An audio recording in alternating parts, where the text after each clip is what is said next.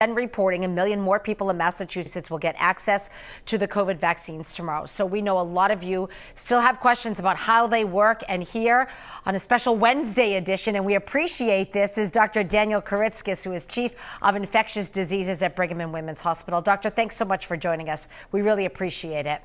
Oh, sure. It's my pleasure. Good to be with you, Maria and Eddie. Yeah. So at the top of the list, people want to be reassured. Again, are these vaccines safe? The vaccines are safe. There's no question about that. We know that these vaccines have been administered to about 30,000 people if you count the Pfizer study and the Moderna study.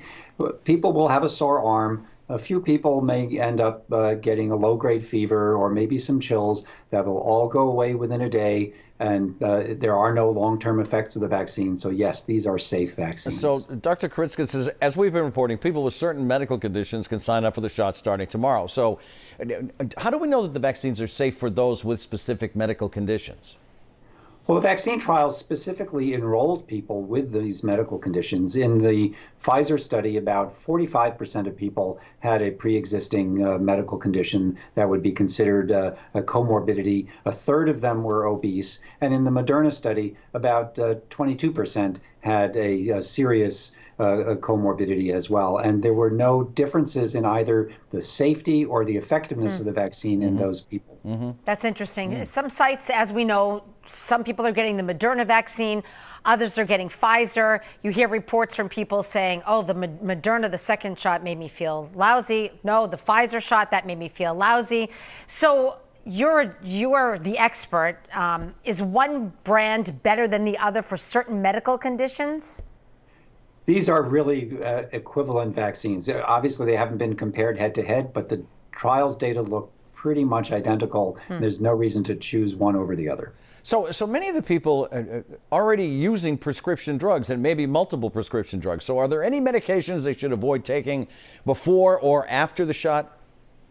There aren't any medications you should avoid taking. If they're being prescribed for you, you should continue to take them.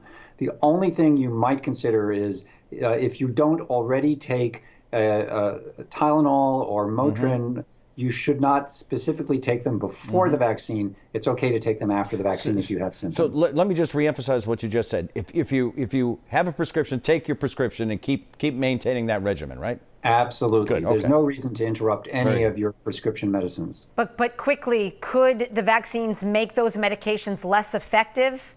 Or and you just said there's no reason to not take them, but could they make them less effective? Is that something we know? The vaccine will have no effect on the effectiveness of the medicines that you're taking. And I don't want to keep beating this horse, but should, if you do, for example, have some kind of a reaction to it, should you take a Tylenol, or would that be a problem? If you have symptoms, if your arm is sore, if you're having a low-grade fever, you can feel perfectly comfortable taking Tylenol, Motrin, ibuprofen. Any of those medications would be fine after the shot. After the shot.